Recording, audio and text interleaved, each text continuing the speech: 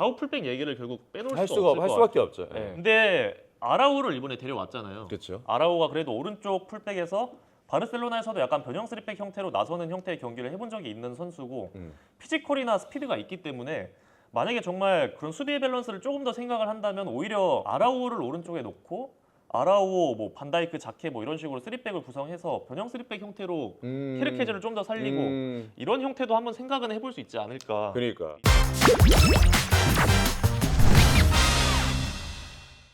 안녕하세요. 오늘 빅매치 리뷰 저희 돌아왔습니다. 저희가 월요일 아침에 찍나 지금 잠을 못 자서 잠을 못 제정신이 아닌 것 자가지고 같은데? 지금 약간 제정신이 아닌데 지금 경기 끝난 지도 얼마 안 됐거든요. 아 그렇죠. 예. 지금 뭐 경기 끝난 지 아직 12시간도 안 됐죠. 그렇죠. 12시간 안 됐죠. 아직. 예. 저희가 또 아침에 찍고 있어가지고. 아침에 찍고 있어가지고 저희가 갓 오전에 네. 찍어서 보내드리겠습니다. 일단 저희 빅매치 리뷰 콘텐츠 보셨나요? 저 종종 챙겨봤죠. 네. 이전에 이제 영훈이 형이 이제 주로 이제 전술적인 거 많이 짚어주고 했기 때문에 저도 이제 공부가 많이 됐었던 콘텐츠였고 저는 이제 아무래도 영훈이처럼 현직에 막 지도자로 있지는 않기 때문에 많은 거를 막 이렇게 전술판을 통해서 짚어주진 못해드려도 경기 내에서 보였던 포인트 위주로 저도 최대한 좀 많이 리뷰를 해볼 수 있도록 하겠습니다. 알겠습니다. 저희 이제 빅매치 리뷰는 그 주에 한 경기 뽑는 건데 저희가 선정한 경기는 뉴캐슬 대 리버풀. 이 경기가 저희가 지금 녹화 시점 기준으로 아직 첼시 경기는 시작이 안 됐는데 그렇죠. 적어도 이번 라운드 펼쳐졌던 이번 프리미어리그 경기 중에서 가장 트랜지션이 많고 가장 재밌는 경기가 아니었나 싶어가지고 이 경기를 한번 선정해봤습니다. 제3자 입장에서 제일 재밌었죠, 솔직히. 그렇죠. 딱 3자 입장에서 제3자. 3자 입장에서 아마 리버풀 팬들은 아직 만족스럽지는 못했을 거예요. 네, 선수들이 아직 체력적으로도 아직 덜 올라온 게 느껴지기도 했고 맞아. 이라올라의 어떤 그 원칙과 시스템을 아직 온전히 100% 수행할 수는 없었던 그런 형태의 경기였다고 생각이 딱 들거든요. 두 팀 팬들 모두 약간 만족하기에는 좀 아쉬웠던 것 같아요. 네, 그래도 더 만족한 쪽이 있다면 당연히 뉴캐슬 쪽. 아, 그래요? 네, 뉴캐슬은 그래도 명확한 하고자 하는 그 색깔들이 좀 보였고 어느 정도 리버풀을 상대로 그 부분이 잘 통하는 모습들이 꽤 많이 나왔었기 때문에 실제로 뉴캐슬 팬분들 뭐 반응도 좀 만족스러웠던 것처럼 느껴졌고 뭐 엘랑가라던가 막 다른 선수들 경기 후에 인터뷰도 야이슬레를 위해서 정말 모든 걸 하겠다. 축구가 너무 재밌다. 이런 식의 인터뷰를 또 했기 때문에 뉴캐슬이 그래도 조금 더 뭔가 기분 좋았던 그런 경기가 아니었나 싶습니다. 저는 뭔가 물론 뭐 경기 보신 분들 아시겠지만 종료 직전에 리버풀이 동점 만들었잖아요. 아, 그렇죠. 그래서 오히려 승리가 무승부가 된 게 어떤 의미에서는 더 아쉽지 않았을까. 그쵸. 이기는 경기였으니까. 충분히 이길 수 있는 경기였기 때문에. 네, 마지막 공격 기회에서 어쨌든 그렇게 됐으니까. 저희가 이제 1라운드 때 사실 아직 뭐 시즌의 행방을 알 수 없기 때문에 가장 이름값으로 또 재밌을 만한 매치를 선정을 하려고 했는데 실제로 제일 재밌었어요. 제일 재밌었어요. 그래서 그 경기 일단 스코어는 많은 분들이 아시는 것처럼 2대2. 골도 많이 터졌고. 골도 많이 터졌고. 그 이전에 이제 뉴캐슬은 어쨌든 뭐 에디아우 감독이 있었고 에디아우 감독이 오랫동안 하다가 이번에 이제 야이슬레 감독으로 이제 바뀌게 됐는데 항상 이 세인트 제임스 파크는 또 에디아우 감독이 만들어낸 그 특유의 강한 분위기. 그렇죠. 또 이 원정을 가게 되면은 상대 팀들 입장에서는 항상 까다로웠었거든요. 일단 세인트 제임스 파크 이 뉴캐슬 자체가 영화로도 제작된 적이 있을 정도로 맞아. 일본 분위기가 워낙에 뜨겁기 때문에 실제로 그 영화 꼴이잖아요. 그 영화 감독 그 비하인드 제가 얘기를 들었던 게 있는데 뉴캐슬 그 홈구장의 분위기에 매료되어 가지고 주인공 팀을 뉴캐슬로 정했다라고 했던 인터뷰가 있었어요. 원래 그 홈구장에 매료가 돼서 그렇죠. 주인공이 네. 선정이 된 거잖아요. 이제 여러 팀들이 있는데 그중에 뉴캐슬의 그 홈 분위기에 매료가 돼서 뉴캐슬을 이제 주인공 팀으로 선정했다라는 인터뷰를 제가 본 적이 있거든요.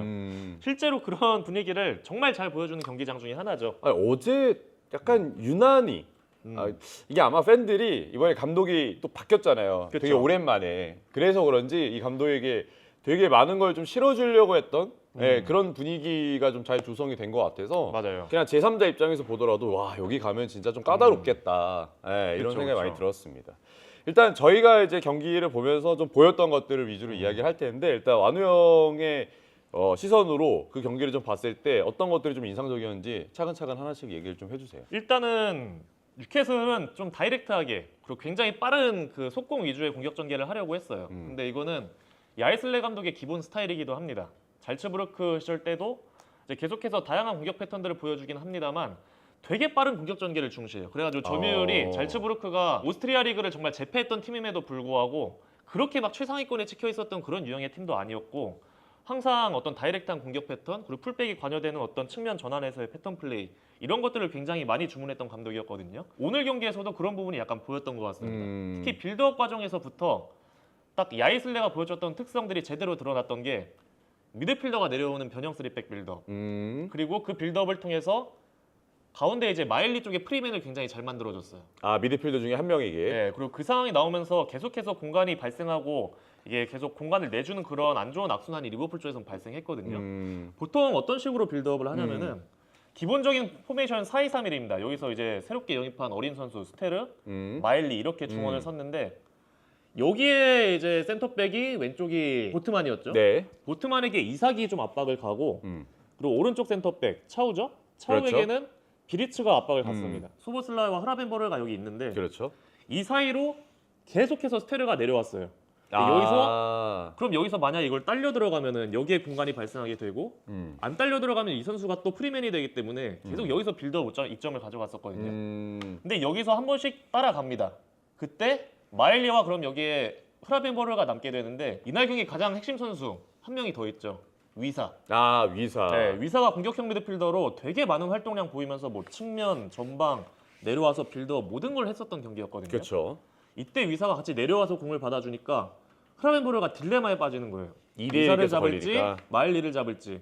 위사가 여기서 하면서 마일리가 여기서 계속 프리가 되면서 전환 패스 뿌려주고 이런 장면이 많이 나왔거든요. 이런 장면에서부터 뭔가 리버풀 그 맨투맨 압박을 벗겨내는 그런 대응책을 어느 정도 야이슬레가 좀 보여줬다고 생각을 합니다. 그러니까 막 엄청 복잡한 빌드업은 아니지만 본인들이 하고자 하는 게 명확했고 그렇죠. 그게 이제 상대하는 리버풀의 수비보다 조금 빠르게 진행이 되면서 계속 프리맨을 좀 찾았던 게 네. 공격을 전개하는 데 큰 효과를 봤다 이렇게 정리할 수 있겠네요. 그렇죠. 그리고 똑같이 계속해서 이런 변형 3백 빌드업을 했는데 만약에 여기서 맨투맨이 한 명 한 명씩 수비 로테이션이 잘 돼서 한 명이 내려와서 뭐 이 선수를 잘 잡고 뭐 잘 잡고 이렇게 했다고 치면은 다 한 명씩 잡혀 있다면 네, 위사가 이때 여기에 위치해 있고 이럴 때는 그냥 큰 고민 안 하고 골키퍼에서 또 롱볼을 때려요. 엘랑가 쪽으로. 근데 엘랑가 쪽에는 왼쪽에 케르케즈가 붙게 되는데 케르케즈가 기본적으로 포지셔닝 자체가 전진돼 있잖아요. 그렇죠. 보머스 예. 때부터 뭐 리버풀 와서도 그리고 이라올라 스타일 자체가 풀백을 계속 전진시키고 그러다 보니까 여기에 그냥 계속 싸움을 걸어주면서 뒷공간 뭐 성공하지 못하더라도 이 확률 싸움을 계속 걸더라고요. 그러다 보니까 이런 어떤 명확한 공격 상황에서의 목적성 이런 것들도 좀 보였던 것 같고 그리고 제가 봤었던 가장 좋았던 포인트 중에 하나는 엄청 단순한 플레이인데 미드필더가 만약에 여기서 돌아서는 순간 그냥 윙어들 다 뜁니다. 다 뛰어요. 그리고 이게 되게 목적성이 보였던 게 센터백들이 나오니까 뒷공간이 계속 열리거든요. 그렇죠. 리버풀은 기본적으로 앞으로 전방 압박을 하고 맨투맨을 계속 하니까 이 부분을 계속해서 살려하려는 그런 의도를 좀 볼 수가 있었고 경기 종료 후에 그 엘랑가 인터뷰가 있었어요. 엘랑가가 인터뷰로 우리들의 그 공을 가지고 있을 때 공을 가지고 있지 않았을 때 오프 더블 움직임을 보면 우리가 무엇을 하는지 알 수 있었을 것이다. 이런 것들이 인터뷰로 실제로 밝혀지기도 했었거든요. 거기서도 그냥 이런 공 없는 오프 더블 움직임을 통해서 뒷공간을 계속 노리려는 시도를 단순하게 했구나. 이런 것들을 좀 느낄 수 있었습니다. 계속 이야기를 좀 정리해 보면 결국에는 본인들이 원래 이 경기에서 어떤 걸 하고자 했는지가 뉴캐슬은 명확하게 드러났고 네. 그게 사실 막 어려운 것보단 그렇죠. 본인들이 원래 약속했던 거 후방 빌드업에서 한 명 늘려면서 계속 프리맨 한 명을 상대가 압박하기 전에 먼저 찾으려고 했던 거랑 말씀하신 것처럼 센터백이 올라와 있고 수비 라인이 높은 이 이라올라 감독의 어떻게 보면 단점이라고 우리가 모두 알고 있는 걸 그쵸. 계속해서 집요하게 좀 노렸던 게 그리고 그게 뭐 성공하지 않더라도 계속 그런 부담을 줬던 게 결국에는 이제 전체적인 큰 그림에서는 스코어를 2대2까지 만드는 데 큰 역할을 한 거네요. 그렇죠. 예. 실제로 그 본머스 때부터 사실 이라올라에서의 어떤 리스크 이런 것들이 전진된 풀백의 그 포지셔닝으로 인해서 만약에 트랜지션 상황이 나왔을 때 이 공간이 너무 취약하다라는 그런 약점들이 항상 있었잖아요. 이번 경기에서도 그런 부분이 좀 많이 노출이 됐었던 것 같아서 이런 부분은 아무래도 시간이 조금 더 필요할 것 같고 이적 시장이 끝날 때까지는 최대한 영입생들이 더 필요하다라는 거를 좀 느꼈던 것 같습니다.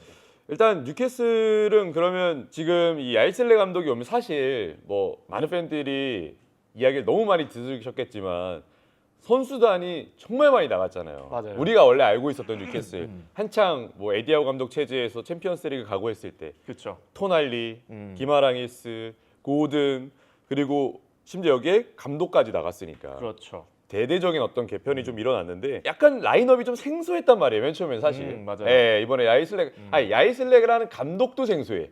야이슬레 그쵸. 그래서 우리 같은 사람 말고 그쵸. 그냥 일반 팬들이 볼 때는 누구야? 뭐 이렇게 얘기하시는 분들도 꽤 있었거든요. 근데 야이슬레 감독에 대해서 뭐 그냥 짤막하게 소개를 해드리면 오스트리아 리그에서 최단 기간 38승을 만들어낸 오스트리아 리그에서도 이미 재패를 했던 감독이었고 아시아 챔피언스 리그 지금 가장 최근에 알아을리 거기서도 아시아 챔피언스 리그 2연패를 했어요. 두 시즌 연속 아챔을 우승한 감독이거든요. 유명하죠. 네, 그렇기 때문에 감독으로서의 능력은 어느 정도 타리그에서는 이미 검증이 된 상태였고 빅리그에서 그 능력을 과연 계속 이어갈 수 있느냐 이거의 문제만이 남았던 상태였는데 아직 표본은 부족합니다. 이제 이번이 첫 번째 경기 때문에. 근데 적어도 이번 경기에서는 명확한 그 아이디어는 좀 보여주지 않았나. 그리고 이 경기의 양상이나 국면 자체가 어쨌든 리버풀이 조금 더 주도하는 양상이 될 수밖에 없기 때문에 뭔가 본인들이 선수비 후 역습 위주의 하는 형태로 좀 나갈 수밖에 없었거든요. 근데 이 경기 이외에도 앞으로 이제 조금 로우 블럭을 내려서는 약팀을 만난다던가 이럴 때는 더 많은 그런 전술적인 아이디어들을 좀 볼 수 있지 않을까 싶습니다. 확실히 본인이 하고자 하는 걸 어렵게 선수단이 막 녹이려고 하거나 그런 유형은 아닌 것 같아요. 네. 선수의 특징을 최대한 좀 많이 살려주려고 하는 것 같고 그렇죠. 그 이전에 특히나 뭐 이제 이야기를 해보면 위사라든지 아니면 뭐 조윌록이라든지 그렇죠. 뭐 지켜봐야겠지만 달라졌어요. 엘랑가도 마찬가지. 엘랑가 맞아요. 네. 엘랑가도 얘기를 해야죠.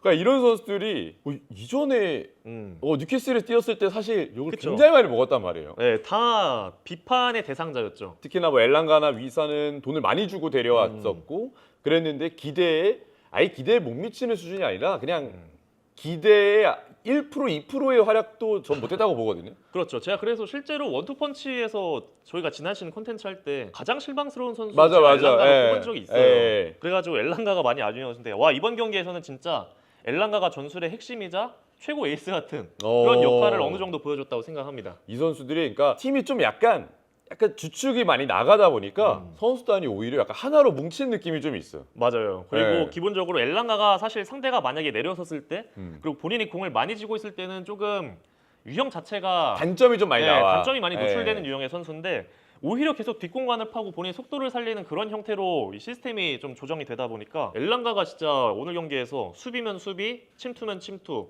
골까지 넣고 정말 최고의 활약을 또 펼쳐줬습니다. 또 월드컵 때부터 폼이 굉장히 많이 올라왔기 그것도 때문에 맞아요. 그것도 잘 맞물린 것 같고 와 나는 위사가 진짜. 위사가 진짜 좋았어요. 공격형 미드필더 위사 깜짝 놀랐습니다. 뭐 9번, 10번 뭐 경기장 안에서 가리지 않고 계속 뛰어다녔는데 이게 어쨌든 계속 이야기했던 리버풀의 어쩔 수 없는 단점. 그러니까 윙포드가 올라가는 것도 중요한데 어쨌든 센터백을 이렇게 좀 괴롭혀줄 수 있는 선수가 좀 필요하다고 생각을 했거든요. 그렇죠. 근데 위사가 그걸 정말 잘해줬고 한창 브랜드포드 때 좋았던 모습을 좀 보았던 것 같아요. 맞아요. 네. 기본적으로 경합에도 이 선수가 생각보다 일가견이 있는 생각보다 선수고, 일가견이 있어요, 진짜. 네, 그리고 내려와서 활동량이 이렇게 좋은 선수인지 몰랐어요. 너무 밑에까지 다 내려도만. 중원에서 빌드업에도 다 관여하고 막 측면으로 빠져서 스위칭도 하고 막 패스 연결도 해주고 막 직접 박스로 들어가기도 하고 위사의 새로운 발견을 아마 하지 않았나. 앞으로 위사가 계속 공격형 미드필더로 나올지 아니면 번갈아 나올지 이런 것도 좀 쭉 지켜봐야 할 것 같습니다. 뉴캐슬이 이제 팀이 주축 선수들이 많이 나가서 사실 팬분들이 기대를 많이 안 할 수도 있고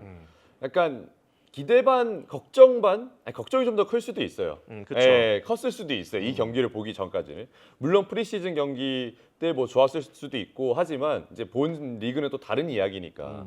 근데 어쨌든 1라운드에서 제가 느꼈던 느낌은 그냥 제가 느낌으로 느낀 건 일단 분위기 자체가 이전보다 더 뜨거워진 느낌이고 맞아요. 이게 이사 때문에 그런지 모르겠는데 괜히 그것도 뭔가 살짝 좀 있죠. 그런 것 같아. 음. 약간 리버풀에게만큼은 지기 싫다라는 느낌도 좀 있었을 수도 있고 네. 그다음에 1라운드라서 그리고 감독이 바뀌었기 때문에 이 감독에게 주는 어떤 지지 그리고 팀을 떠나지 않은 선수들에게 어떤 지원해주는 그 마음 그런 것들이 저는 이 경기 자체에서 좀 느껴진 것 같아서 이게 보다 보니까 제가 느꼈던 감정은 단판 승부하는 줄 알았어요. 저는.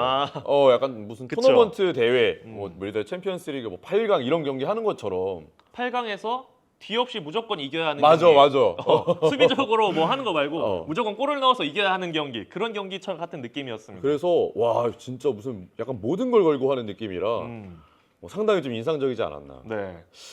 에디아우 감독과는 조금 다른 스타일이 될 수도 있을 것 같아요. 특히 오프 더 볼 움직임이 굉장히 좋았죠. 에디아우 감독 체제에서 아무래도 오프 더 볼 움직임이 뭔가 상대적으로 좀 많이 적었다라고 느꼈었거든요. 그러다 보니까 뉴캐슬 팬들도 공격 패턴이 너무 부실한 거 아니냐, 단조롭다. 단조로운 거 아니냐 이런 비판들도 막바지에는 좀 있었던 흐름이었고 특히 엘랑가가 이날 좋은 활약을 펼쳤는데 엘랑가가 가끔씩 좁힐 때는 데디치가 측면으로 올라가서 1대1을 하는 모습들도 한두 차례 정도 볼 수가 있었어요. 근데 이 아마르 데디치를 우리가 꼭 언급을 해야 되는 게 아마르 데디치는 이 야이슬레 약간 페르소나 같은 선수입니다. 잘츠부르크 뭐 리퍼링에서도 계속 함께 성장을 시켰던 선수였고 이 선수가 또 기존의 뉴캐슬에는 또 없던 유형의 선수인 게 이 선수는 측면에 오버래핑을 해서 직접 1대1 돌파가 되는 유형의 풀백이에요. 그래가지고 엘랑가가 측면에서 이미 좋은 역할을 해줬지만 앞으로 뉴캐슬 경기에서 볼 수 있는 장면 중에 또 다른 하나는 윙어가 만약에 좁히거나 아니면 벌려있을 때 그러면 데디치 안으로 들어오겠죠. 안으로 들어가서 직접 1대1을 하고 뭐 마무리를 할 수도 있고 내주는 선택을 할 수도 있고 윙어가 들어갈 때는 측면에서 뭐 1대1을 하고 크로스를 올리고 이 모든 게 또 가능한 유형의 선수거든요. 그렇기 때문에 데디치를 활용한 이 측면에서의 패턴 플레이를 앞으로 기대해 볼 수 있을 것 같고 데디치가 오른쪽뿐만 아니라 이 왼쪽에서도 그러니까 편차가 없습니다. 이 선수는 뭐 잘츠부르크 때부터 벤피카에서부터 보스니아 대표팀에서도 거의 균등하게 왼쪽 오른쪽 그냥 번갈아 가면서 나오는 선수였고 특히 보스니아 대표팀에서는 풀백의 포지션임에도 불구하고 이 선수가 직접 플레이메이킹하고 혼자 끌고 다니면서 상대 끌어당기고 연결해주고 거의 에이스 같은 역할을 하는 선수거든요. 그래가지고 이 데디치의 영입도 저는 이번에 정말 크다. 너무나도 중요한 영입이 될 것 같다. 사실 B클럽들이 꽤 노렸던 선수였고 네. 좀 그래도 뭐 이적설이 꽤 나왔었던 걸로 그쵸. 제가 알고 있는데 영입 진짜 잘한 것 같아요. 네, 제가 그 2023년인가 보스니아 국대 중계를 한번 한 적이 있었어요. 자, 그때도 중계하면서 데디치는 먼저 영입한 팀이 승리자입니다. 이런 멘트를 친 적이 있거든요. 네, 뉴캐슬이 이번에 승리자가 됐습니다. 확실히 좋은 자원이라는 걸 이 경기 하나로 뭐 보여줬고 뭐 앞으로 좀 지켜봐야겠지만 뭐 최근에 또 풀백에 대한 니즈가 있는 팀들이 굉장히 많기 때문에 그렇죠. 그리고 오른쪽 왼쪽 다 되는 자원은 정말 흔치 않아요 이제. 너무 중요하죠. 그리고 거기에는. 편차가 적다는 것도 굉장히 큰 의미가 그렇죠. 되고. 심지어 수비 밸런스는 더 성장한 것 같아요. 이번에 사실 공격으로 나가는 이 선수가 공격할 때 장점이 있는 선수인데 공격 장면보다 사실 수비에서의 그 국면 장면들이 더 많았거든요. 근데 수비에서 너무 단단한 모습 보여줘가지고 뉴캐슬 팬들이 데디치에 대해서는 정말 만족을 많이 하고 있을 것 같습니다. 그럼 이제 데리치, 뭐 루이스 홀, 뭐 이렇게 조합이 될 가능성이 높은데 어쨌든 뭐 전체적으로 뭐 루이스 멜리도 오늘 굉장히 좋았고, 마일리랑 스테르도 너무 네, 좋았어요. 스테르도 굉장히 좋았고, 뭐 공격진들 아까 언급했고, 그 센터백 보트마고 치아우도 굉장히 좋았어요, 진짜. 맞아요. 사실 보트만이 좀 불안할 수 있었는데 그쵸. 보트만이 이걸 버텨줘가지고 네.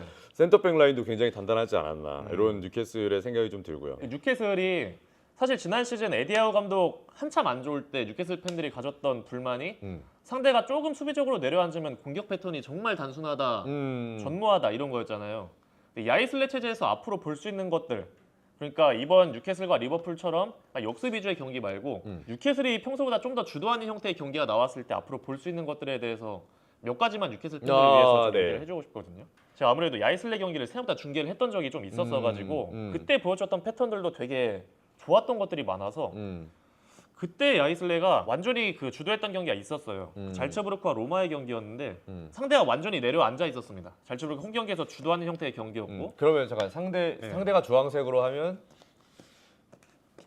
보통 다 이쪽 라인으로 올려서서 그때도 이제 포백을 사용하고 그 이번 뉴캐슬이 스테르가 그랬던 것처럼 미드필더 한 명이 내려서 변형 3백 빌드업을 하고 그런 형태 거의 다 똑같았어요.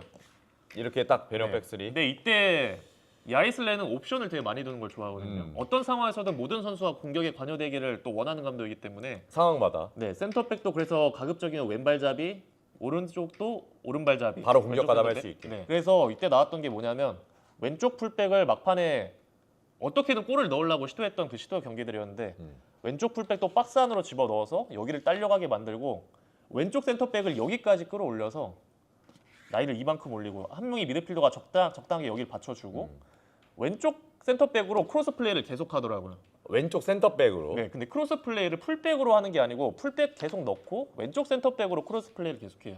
왼발잡이 센터백. 그때 여기 있던 센터백이 지금 AC 밀란의 파블로비치. 파블로비치. 네.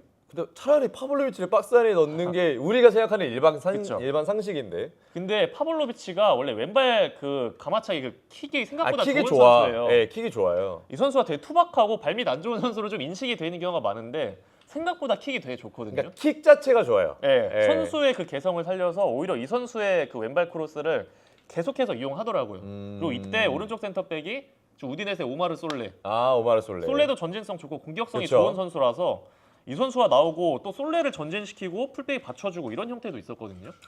그래서 센터백도 적재적소에 공격 가담을 굉장히 뭐 크로스를 올리든 아니면 박스 안에 넣든 이런 형태로 잘 시키는 감독이라서 에디하우 체제에서는 사실 볼 수 없던 패턴이거든요. 그렇죠. 이런 거는. 프리미어리그라는 그런 압박이 강한 무대에서도 이런 시도를 할지 안 할지 모르겠지만 기본적으로 이런 로우 블록을 상대로 다양한 시도들을 보여줬다. 이런 것들을 또 볼 수가 있었고 데디치가 그때도 잘쳐브로크에 있었잖아요.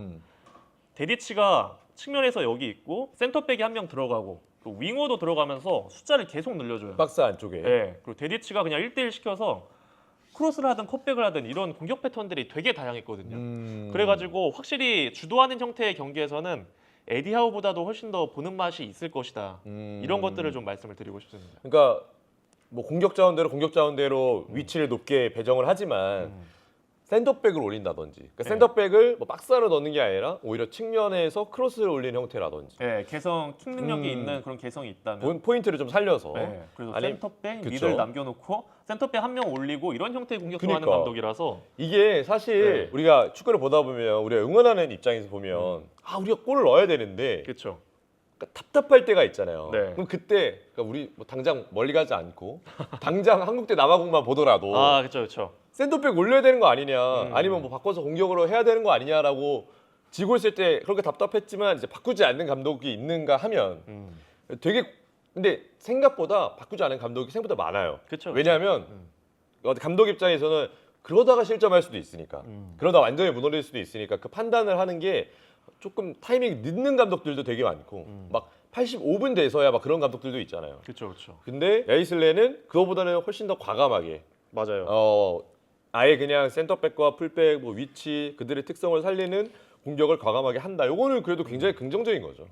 그래가지고 야이슬레가 사실 이번에 수비적으로 되게 좋았거든요. 뉴캐슬 리버풀 때 수비로 전환될 때는 공이 있는 방향에서 윙어도 내려와서 무조건 2인으로 협력 수비하고 예. 왼쪽도 하비반스 내려와서 무조건 2인 협력 수비하고 수비 시에는 그런 수비 구조가 좋은데 완전히 공격적으로 주도할 때는 제가 말씀드렸던 것처럼 센터백도 박스 안에 집어넣고 이런 것도 하되 기본적으로 센터백 전진 수비 엄청 높게 하고요. 풀백도 엄청 전진 포지셔닝이 돼서 역으로 뒷공간 맞고 실점하는 할 수도 그런 있겠다. 리스크도 사실 야이슬레도 있었던 감독이에요. 그런 부분도 어느 정도 감안을 해야겠지만 적어도 상대가 진짜 완전히 그냥 로우 블록으로 내려설 때는 그래도 정말 할 수 있는 건 다 하는 감독이다. 이런 것들을 뉴캐슬 팬들에게 그래도 말씀을 드리고 싶습니다. 이제 반대로 이제 리버풀 이야기를 좀 해봐야 되는데 아, 그쵸. 사실은 이제 리버풀이 결국에는 종료 직전에 무뇨즈가 얻어내는 페널티킥을 소보슬레이가 마무리하면서 2대1을 만들긴 했습니다. 그렇죠. 아직까지 뭐 윙어에 대한 이적 이야기가 계속 나오고 있고 바르콜라랑은 점점 가까워지고는 있는데 뭐 우리가 흔히 알고 있는 뭐 거피셜, 히얼리고 같은 건 아직 안 떴어요. 네. 하나하나 뜯어보면 센터백 자리에는 이제 자케가 나오면서 코모전, 프리시즌 코모전에서도 그래도 꽤 좋은 활약을 했기 때문에 그대로 나왔고 나머지 선수는 어느 정도 우리가 예상할 수 있는 선수들이 좀 나왔거든요. 그렇죠. 리버풀은 좀 어떻게 보셨어요, 일단? 일단은 측면 윙어에 대한 영입 얘기해 주셨잖아요. 무조건 영입 해야겠다. 마감되기 전에 진짜 기필코 어떻게든 죽을 각오를 하고 데리고 갈 것 같습니다. 네.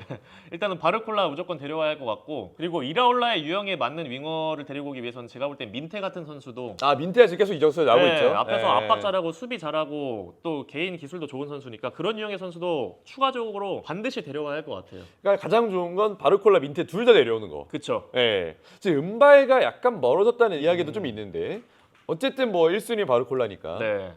저는 생각하면 은바이보다는 민테 쪽이 훨씬 지금 낫지. 리버풀에 거기서 훨씬 더 필요한 자원이 아닌가라는 생각이 들고 오늘 은구모아가 이제 오른쪽에 나왔잖아요. 오른쪽에서 은구모아와 프림퐁 쪽에서 그 어떤 시너지도 거의 나오지 못한 것이 특히 측면을 좀 살리지 못한 데 좀 아쉬움이 있지 않을까 싶고 좌우 풀백 얘기를 결국 빼놓을 할 수 수가 없을 할 것 수밖에 같아요. 없죠. 예. 네.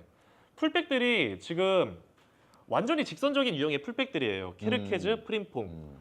이 선수들은 기본적으로 직선적이고 스피드를 살려서 공격에 많이 나가는 풀백들인데 이 선수들이 계속 나가니까 두 명의 센터백만 남고 앞에서 공을 잃었을 때 정말 두 명의 센터백과 앞에 있는 미드필더 한 명 정도만 수비하는 상황이 몇 번이나 나왔거든요. 이런 구조는 사실 본머스 때도 이제 종종 나왔던 구조였기 때문에 이거는 구조적으로 바꾸던지 아니면은 이 풀백 한 명을 조금 더 이제 중앙에 놓아서 변형 쓰리백을 형태를 취하던지 이런 어떤 조정이 좀 필요하지 않을까? 뭐 비록 한 경기긴 하지만 이런 생각이 좀 들긴 했습니다. 일단 전체적으로 저도 거의 동의하는 내용들인데 이라올라 감독의 이전에 이제 본머스 때 축구를 했던 거를 저희가 다시 복기를 해보면 윙어와 풀백의 조합이 굉장히 좀 중요한 것 같아요. 정말 중요하죠. 근데 이게 조합이 중요해요. 네, 맞아요. 조합이. 그래서 보통 이제 본머스 시절에는 제가 느꼈을 때는 지금 프림퐁하고 캐리케즈, 물론 캐리케즈는 뛰었었고 본머스에서 프림퐁 같은 유형도 썼거든요. 그러니까 조금 더 직선적이고 이런 선수들을 많이 썼는데 오히려 앞쪽에 있는 선수들은 이 풀백을 잘 활용하는 선수들을 많이 썼어요.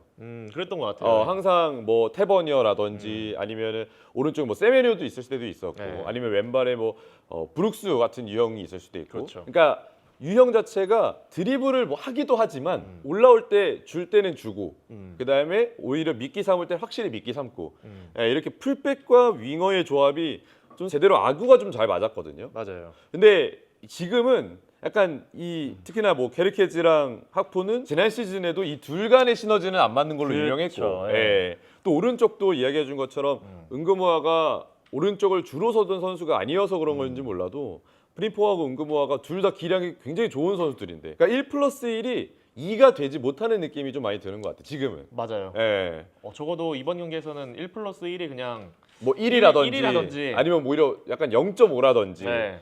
기대에서 많이 떨어지는 모습들이 좀 측면에서 계속 나와서 근데 제가 이거 왜 얘기를 드리냐면 본머스 때도 그렇지만 이 감독의 전형적으로 좋은 장면들은 다 측면에서 나왔고 맞아요. 이 풀백과 윙어가 볼을 주고받는 횟수가 다른 팀들에 비해서 꽤 많아요. 그러니까 다른 팀들은 사실 풀백과 윙어가 주고받는다 하더라도 거기에 미드필더가 좀 관여가 되는 경우가 꽤 많은데 그렇죠. 여기는 그냥 풀백과 윙어가 그냥 둘이 2대2 싸움에서 2대2에서 그냥 둘이 순간적으로 공간 만들어서 간단하게 크로스 올려버리고 이런 이제 그들만의 이 조합 플레이들, 그렇죠. 그들만의 약속되어 있는 플레이들이 굉장히 네. 좋았어요. 아니면 한참 클라이베르트가 이제 폼 좋았던 시기에는 클라이베르트도 이제 측면으로 빠질 때 한 명이 이쪽으로 빠지고 한 그렇죠. 명이 아래 받쳐주는 삼각 트라이앵글 예. 형태로 그런 그러니까 게 되게 좋았는데 이렇게 한 명까지 포함되면 이제 세 명이 딱딱 아구가 딱 맞게 들어가는 거 있는데 지금 뭐 비리츠랑 이상은 저는 그래도 나쁘지 않아 보이거든요. 네네. 이삭도 최근에 아예 그냥 고정되어 있는 게 아니라 학포랑 위치도 바꾸면서 저는 이 위에 있는 공격진들끼리의 조합인 큰 문제는 아닌 것 같은데 네. 문제는 이 결국에는 풀백을 올려서 하는 축구를 하기 때문에 이 풀백이 이들과 같이 관여가 됐을 때 조합이 계속 좀 어긋나는 느낌이다. 네. 예, 그게 계속 측면에 좀 나오는 것 같다.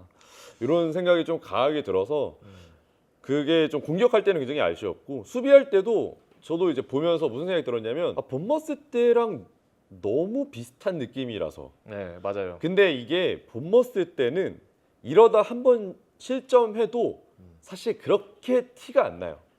왜냐하면 본머스라는 팀 자체가 만약에 그러다가 본머스가 뭐 비하하는 게 아니고 본머스라는 팀 자체가 이러다가 실점해서 예를 들어서 어제 뭐 예를 들어서 2대1로 졌어. 그럼 개막전 2대1로 졌구나 라고 그냥 생각하고 넘어갈 가능성이 크단 말이야 이제 팬들은. 근데 리버풀은 좀 이야기가 다르죠. 얘기가 좀 다르죠. 예, 리버풀은 우리나라만 이렇게 뭐 한 경기 비겼다고 야 좀 리버풀 삐끗했네라고 얘기하는 게 아니고 전 세계에서 그쵸. 그렇게 이야기를 하고 뭐 영국에서 뭐 당연히 그렇게 얘기하고 그런 강도가 굉장히 세단 말이에요. 그래서 저는 이야기했던 것처럼 풀백을 올렸을 때는 미드필더의 밸런스를 좀 맞추는 건 무조건 필요할 것 같다. 본머스 때랑 좀 다르게. 맞아요. 예. 딱 말씀 주셨던 그 포인트가 지금 리버풀의 어제 3미들 소버슬러이, 흐라벤버르, 비르츠 명확한 6번이 없는 느낌이었어요. 네, 소버슬라이 뭐 흐라벤버르가 그나마 여기서 일단 기본적으로 6번 역할이긴 하지만 올라가는 빈도가 꽤 많았고 빌드업 할 때도 뭐 내려와서 흐라벤버르가 받기도 하지만 뭐 소버슬라이가 이제 바꿔서 받기도 하고 기본적으로 이 선수들의 포지셔닝 자체가 높다 보니까 결국에 그 두 번째 실점 장면 때도 여기서 뒤에서 쫓아오다가 결국 이 선수들을 놓쳐가지고 그 다음에 그냥 두 명한테 한 6, 7명이 딸려 들어가지고 실점을 내줬거든요. 사실 그거는 뭐 역할적인 부분보다는 뭐 대재앙 같은 그런 실점이긴 했는데 거기서도 명확하게 그것을 1차 저지를 해줄 수 있는 확실한 수비형 미드필더의 역할. 이것도 특히 앞으로 리버풀의 구조에서는 좀 반드시 필요해 보이긴 합니다. 이게 저희가 뭐 리버풀 이 내부에 들어가서 그들끼리 어떤 이야기를 했는지는 우리가 뭐 알 수는 없지만 그쵸. 보통 최근에 보면은 더블 피벗을 쓰는 팀들은 그러니까 6번과 8번을 명확히 나누는 팀도 있지만 제가 느낄 땐 6번과 8번을 모두 볼 수 있는 선수 2명을 쓰는 경우가 많아요. 그러니까 뭐 대표적으로 뭐 맨시티도 그렇고 그다음에 뭐 아스날도 그렇고 뭐 네. 저 당장 뭐 맨유만 보더라도 그쵸, 뭐 그쵸. 틸레망스랑 산토스 둘 다 모두 가능하잖아요. 하지만 그들끼리 역할을 좀 나누긴 한단 말이에요. 순간순간. 그렇죠, 맞아요. 그래서 이거를 이제 감독이 아예 정해주던지 뭐 너는 6번, 너는 뭐 8번 이렇게 정해주는 경우도 있고 아니면 상황에 맞춰서 네, 누군가 올라가면 누군가 내려오고 그쵸, 그쵸. 누군가 올라가면 누군가 내려오고 이렇게 그들끼리 어떤 합이 맞는 게 중요한데 일단 성향 자체에서 저는 1차적으로 소보슬라이와 흐란베르흐를 여기다 성향 자체가 저는 그렇게 맞진 않다. 저도 같이 아, 똑같게 느꼈어요. 네. 오히려 소보슬라이 같은 경우 한 칸 더 올라가는 게 유형적으로 맞을 수도 있고 아니면 이 둘보다는 조금 더 수비적인 스탠스가 되어 있는 선수 6번과 8번을 모두 볼 수 있지만 네, 조금 그쵸. 더 수비적인 스탠스가 되어 있는 선수가 있어야 이게 자연스럽게 밸런스가 맞지 않을까라는 생각이 들고 네. 특히나 우리가 이제 굳이 나눠봤을 때 그리고 이라올라 감독이 아예 빌드업 할 때도 그렇고 6번과 8번을 좀 나누긴 하거든요. 실제로. 그러니까 흐란베르흐가 우리가 왜 6번이라고 인지를 하냐면 빌드업 할 때 계속 센터백에 껴서 그쵸. 뭐 센터백 앞쪽에서 시작이 되고 이제 소보슬레가 그 앞에 있고 사실 비르시가 그 앞에 있는 거거든요. 사실. 그래서 6, 8, 10이 되는데 이 흐란베르흐가 이거는 제가 왜 자꾸 그런지 모르겠는데 너무 높게 올라가요. 맞아요. 이 본인의 역할치고 너무 높게 올라가. 소보슬라이도 이미 공격 가담이 되어 있고 얘도 높게 올라가다 보니까 다행히 아까 그러한 상황이 나올 수밖에 없는 거죠. 네. 사실 흐라벤버르가 슬롯에서 첫 번째 시즌 때는 그래도 비교적 6번 위치에 조금 더 고정이 돼 있는 느낌이었는데 뭔가 지난 시즌부터 조금 점점 막 올라가더라고요. 그러면서 뭔가 지난 시즌부터 중원 쪽에 살짝 균형이 어긋나는 느낌이 있었고 결국 리버풀도 가장 그 밸런스가 좋았을 때는 파비뉴가 6번 위치에서 맞아. 여기를 단단하게 지켜줬을 때 그때가 공수의 밸런스가 가장 완벽했다고 저는 생각을 하거든요. 사실 지금 같은 타이밍에 파비뉴가 좀 필요할 것 같다는 생각도 들어요. 그래가지고, 올 수는 없지만. 네. 네. 근데 리버풀에 지금 이제 이적 시장이 진짜 얼마 안 남았는데 이적 시장 관련된 얘기 보면 수비형 미드필더와 관련된 얘기가 사실 링크라던가 없죠. 아주 막 있고 그러진 않았었어요. 그치. 왜냐하면 이제 요니가 1군으로 합류가 되다 네. 보니까 자연스럽게 보강이 좀 밀렸죠. 근데 요니도 제가 볼 땐 전형적인 6번의 그런 성향의 선수가 아닌 것 같아서 모르겠다. 일주일 동안 수뇌부의 생각을 바꿀지 이거는 한번 지켜봐야 할 것 같습니다. 만약에 정말 수비형 미드필더 영입이 안 된다면 정말 이 구조를 풀백 2명 다 전진시키는 게 아니고 뭐 변형 3백을 해두고 앞에 미드필더를 확실하게 조금 더 역할 조정을 딱 말씀 주신 것처럼 하든지 뭔가 그런 것들이 좀 필요해 보이긴 해요. 그래서 이게 선수를 영입하면서 그러니까 방법은 여러 가지가 있어요. 뭐 첫 번째는 선수를 영입하면서 그러한 성격의 선수를 이제 여기다 넣어놓는 방법. 그러면 자연스럽게 이 선수가 더 수비적인 스탠스를 취하겠죠. 그리고 그 다른 나머지 선수들은 풀백도 다 올라가는 공격적인 스탠스가 될 거고. 아니면 이제 두 번째는 뭐 돈으로 못 산다면 선수를 못 산다면 지금 데리고 있는 선수들을 기조로 주입을 시켜야 되는 거죠. 그쵸. 예, 너는 좀 너무 올라가지 말고 일차적인 수비 저지 역할을 해줘라. 뭐 이런 식으로 이야기를 한다든지. 아니면 세 번째는 원혁이 얘기한 것처럼 아예 구조에 대한 약간 변화. 근데 저는 사실 3번도 충분히 접근을 해야 된다고 생각을 합니다. 그렇죠. 네, 왜냐하면 어쨌든 이제 이라올라도 이제 본머스가 아니라 리버풀을 만든다라는 거는 이제 본인이 원래 데리고 있던 그 카드들에서 다른 카드들로 다 바뀐 거잖아요. 그렇죠. 네, 그러면 본인의 것에서 좀 전 유동적인 변화는 좀 필요하다. 특히 요즘에 뭐 아스날이라던가 뭐 맨시티 같은 팀들만 보더라도 풀백을 거의 다 이제 피지컬이 되고 수비력이 있는 선수들을 쓰잖아요. 그렇죠. 칼라피오리, 인카피에 있고 오른쪽에 팀버, 화이트 맞아요, 이런 맞아요. 선수도 마찬가지고 맨시티도 후사노프, 그바르디올 리버풀은 지금 케르케조와 프림퐁이 그런 유형의 선수가 아니라는 거죠. 근데 아라우를 이번에 데려왔잖아요. 그렇죠. 아라우가 그래도 오른쪽 풀백에서 바르셀로나에서도 약간 변형 3백 형태로 나서는 형태의 경기를 해본 적이 있는 선수고 피지컬이나 스피드가 있기 때문에 만약에 정말 그런 수비의 밸런스를 조금 더 생각을 한다면 오히려 아라우를 오른쪽에 놓고 아라우, 뭐 반다이크, 자케 뭐 이런 식으로 3백을 구성해서 변형 3백 형태로 케르케즈를 좀 더 살리고 이런 형태도 한번 생각은 해볼 수 있지 않을까. 그러니까 이런 형태도 좀 생각을 해봤습니다. 이라올라가 변형 백스리를 미드필더가 아니라 수비진으로 변형 백스리를 쓰는 경우가 거의 없었거든요. 그래, 그렇긴 해요. 우리가 뭐 중계하면서도 그랬고 항상 풀백을 올렸지. 그렇지. 풀백 또 한 명만 올리는 것도 아니야. 네. 둘 다 올리고 이랬으니까.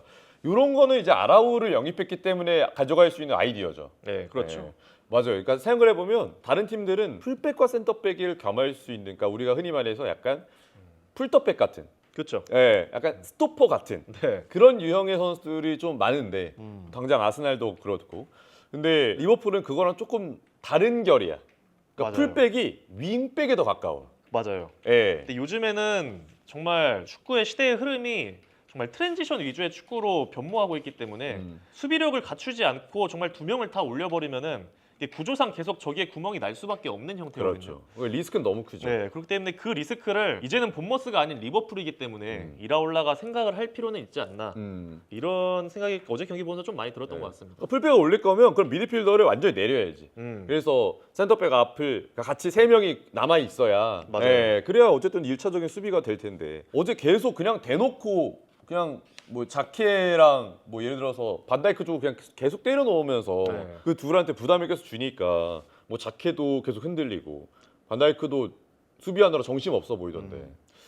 원래 그런 리스크를 본머스에서 그래도 가장 좋았을 때는 앞쪽에서 그냥 맨투맨 정말 타이트하게 붙어서 애초에 킥 자체를 부정확하게 만들거나 템포를 지연시켜주거나 그런 것들을 해왔는데 이번에도 맨투맨의 기조는 어느 정도 있었어요. 근데 아직까지 각자 숙지할 그 멘트를 놓치는 부분 아니면은 그 멘트를 확실하게 나갈 때 나가고 무를 때 무르고 이거에 대한 판단이 그 조직이 아직 명확하게 100%로 아직 맞춰져 있진 않았던 느낌이었거든요. 이런 부분을 조금 더 숙련도를 올리던지 그런 부분이 경기를 치르면서 좀 나와야 할 것 같습니다. 위쪽에서 강하게 누르면서 킥에 대한 부정확함을 늘리는 형태가 이게 챔피언스리그까지 병행하면서 가져갈 수 있는 게 사실 쉽지 않잖아요. 사실 에너지 레벨을 계속 높여서 해야 되니까. 그렇죠. 이라올라 체제에서 이제 그런 부분 때문에 또 걱정이 있었던 네. 거기도 하고 아직은 이제 첫 경기고 챔피언스리그 경기를 이제 9월 달 되면 이제 챔피언스리그도 이제 병행을 해야 되는데 이 시기에 이라올라가 과연 어떤 유연성을 보여주면서 이런 것들을 적재적소에 잘 균형을 맞출지가 좀 관건이 되지 않을까 싶습니다. 리버풀은 다른 의미로 그러니까 여러 가지 좀 고려를 해봐야 될 게 이라올라도 저희가 얘기한 것처럼 이렇게 약간 수비 지향적인 이전에 지난 시즌에 약간 전방 압박을 안 하고 미들라인에서 미들 블럭을 세우면서 수비를 했던 것도 있었는데 저는 맞아요. 그거는 오히려 그게 더 임시적이었어요. 그러니까 그렇게 해서 그게 변했다고 생각하진 않고 저는 그렇죠. 그냥 너무 압박하기에는 선수들이 너무 무리가 있으니 그냥 조금 쉬어가는 느낌으로 그냥 미들라인에서 미들블럭을 세웠던 거지 이 감독의 기조가 좀 더 유연하게 뭐 미들 블럭을 세우고 로우 블럭을 세우고 하는 성향으로 바뀌지 않았습니다. 예, 그것도 할 수 있는 감독은 아니고 그냥 위에서 하고 압박하고 이런 게 유지가 계속 되고 있기 때문에 저는 무조건 구조적인 변화는 좀 필요해 보인다. 네, 예. 유연성이 좀 적재적소에 필요할 것 같아요. 어쨌든 이라올라가 추구하는 그 맨투맨 강한 전방 압박이 잘 통할 때는 진짜 시종일관 상대에 몰아붙이고 상대 정신 못 차리게 할 수도 있어요. 그런 좋은 경기들이 분명히 또 나올 거기도 할 텐데 결국에는 장기 레이스이고 이제 유럽 대항을 병행해야 되기 때문에 뭔가 구조적인 변화도 적재적소에 가져가면서 그런 유연성이 좀 필요할 것 같거든요. 이런 것들을 리버풀에서 앞으로 얼마나 잘 보여줄 수 있느냐가 가장 중요한 좀 숙제가 되지 않을까 싶습니다. 그러니까 야이슬레 감독이 저는 그 사실 어떻게 보면 가장 반대되면서 좋은 답을 냈죠. 실리적으로 하되 그렇죠. 예, 본인들이 가장 잘할 수 있는 건 아주 단순하고 조금 더 명확하고 복잡하지 않은 것들 뭐 그렇다고 리버풀이 막 복잡한 걸 했다 뭐 이런 건 아니지만 네. 그래도 상대의 맞춤으로 실리적으로 판단하고 상대를 어렵게 하려고 했던 것들이 잘 성공을 했던 것처럼 이라올라 감독도 좀 그런 부분에서 좀 변화가 돼야 되지 않을까. 뭐 이제 1라운드이기 때문에 네. 뭐 아직 경기를 좀 봐야겠지만 특히 1라운드는 뭐 경기력적으로 어느 팀이나 문제점이 생길 수밖에 없어요. 아직 체력적으로 특히 이번에는 월드컵을 치르고 온 첫 시즌이기 때문에 이 프리시즌도 제대로 못 치른 선수들도 있고 몸 상태가 평소에 그 첫 라운드랑 다르거든요. 그래서 이런 부분은 그냥 이런 단점이 첫 경기에 좀 있을 수밖에 없었구나. 다음 경기 때 조금씩 보완되는 모습을 좀 지켜봐야겠구나. 좀 이런 마음으로 좀 보면 될 것 같습니다. 네. 리버풀도 이제 지지 않아서 그래도 그렇죠. 예, 지지 그래도 않아서 다행이에요. 그래도. 지지 않는 본능, 특히 뉴캐슬을 상대로 다윈 근데 누네스가 되게 없어도 네. 그렇지. 다윈 누네스가 다이니스가 없어도 없어도 또 누군가 해줬다 무뇨스가. 무뇨스가 하나 해줘가지고 결국에는 승점 1점을 따냈습니다. 뉴캐슬은 이제 에디어 감독이 없지만 이 세인트 제임스 파크는 여전히 어려울 것 같고 네. 그 어떤 팀이 가더라도 그렇죠. 그리고 반대로 리버풀 같은 경우도 또 그런 원정 가서 1점 따냈으니까 다음에 또 안필드에서 할 거 아닙니까? 그렇죠. 네. 안필드에서는 또 부디 승리를 하면서 이제 이적 시장이 끝나거든요. 그 진짜 경기 얼마 안 하면은 남았어요. 예. 그래서 진짜 얼마 안 남았기 때문에 보강이 잘 됐으면 좋겠어요. 너무 중요한 이적 시장이 될 것 같아요. 이 음. 한 주가 진짜 모든 팀에게 좀 중요할 것 같습니다. 그리고 마지막으로 축하드립니다. 아 에버튼? 아니 무난하게 이겼던데 아주. 저도 자 그때 동시간대 다른 거 중계라고 중계라고 있었죠, 못 형이. 봤어요. 예. 집에 가서 봤는데 예. 듀스버리올이랑 바리가 진짜 기가 막힌 거 한 방 해줬고 좀 믿음직한 선수들 뭐 은디아에 예. 뭐 이런 선수들이 다 제 역할을 해줘가지고 브랜스 웨이트라든지 되게 좀 만족하면서 봤던 경기였어요. 그게 약간 원래 수압 더비였잖아요. 아 예. 예. 그쵸. 존슨하고 맥닐도 나왔고. 맥닐하고 어때요? 맥닐 반대편에서 뛰는 거 보니까. 잘했으면 좋겠어요. 네, 팰리스에서 맥닐이 그래도 정말 워크의식 좋고 예. 어떤 문제도 일으키지 않았던 선수였기 때문에 가서 정말 잘했으면 하는 마음이 있어요. 아. 네. 그래도 지금 맨유 지고 토트넘 지고 뭐 난리 났는데 에버튼은 이럴 때 관련자들 찍어야 그나마 맨 오른쪽에 있는데 어쨌든 현재 뉴캐슬의 어떤 그 전에 하고자 했던 축구 색깔과도 유사한 부분이 있고 기대가 좀 많이 되는 것 같아요. 저도 그래서 야이슬레 감독 뉴캐슬 선임됐을 때 살짝 기대되는데 이런 생각이 좀 많이 들었고 오늘 경기를 보니까 와 더, 이거 와 뉴캐슬 진짜 다크호스 되겠다 이런 생각도 들었고 진짜 다크호스 될 것 같아. 네. 왜냐면 또 유럽 대회도 안 나가잖아요. 그쵸. 그게 그래가지고 되게 클 것 같아요. 뉴캐슬도 이제 보강 조금 더 하고 하다 보면은 스쿼드가 조금 더 좋아질 수 있으니까. 니코 곤잘레스 지금 거의 온다는 아 얘기가 맞아요, 있던데. 맞아요. 니코 곤잘레스, 그러니까 미드필더 쪽에 어쨌든 볼줄을 좀 살려줄 수 있고 또 니코 곤잘레스도 뭐 이러한 유형의 약간 필요한 유형이거든. 이러한 팀에 그쵸. 예, 패스 방향 뭐 줄기 설정해주고 뭐 센터백 사이 떨어지는 역할도 충분히 할 수 있으니까 안 갔으면 좋겠는데 팀이 해체가 되고 있어가지고 뉴캐슬이 기대가 됩니다. 예, 이번 경기에서 까다로울 것 같아. 아마 다음 경기 토트넘이다. 맞아요. 예, 경기 주목 많이 받을 재밌겠다. 거거든. 원정인데. 지금 1라운드 리버풀이고 2라운드 토트넘이라서 네. 근데 토트넘 졌잖아. 그쵸. 토트넘도 어떻게든 홈에서는 이겨야 되는데 홈에서 동기부여 있을 텐데. 동기부여 있고 여기도 지금 분위기 완전 올라와 있고. 와. 진짜 빅매치 재밌을 것 같습니다. 데제르비 대 야이슬레 네, 기대됩니다. 알겠습니다. 저희 아마 그러면 다음 주는 그걸로도 할 수도 있으니까. 네. 예. 네, 오늘 이번 주에 빅매치는 저희가 뉴캐슬 대 리버풀 이야기를 좀 해봤고 다음 주에는 저희 또 빅매치 리뷰로 돌아오도록 하겠습니다.